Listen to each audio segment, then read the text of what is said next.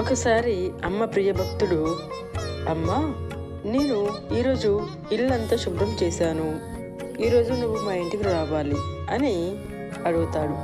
అప్పుడు ఆ అమ్మ సరే అని వెళ్తుంది.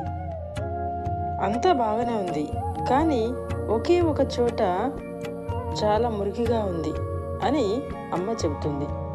అది ఎప్పుడైతే శుభ్రం చేస్తావో అప్పుడే నేను మళ్ళీ వస్తాను అని అమ్మ అంటుంది.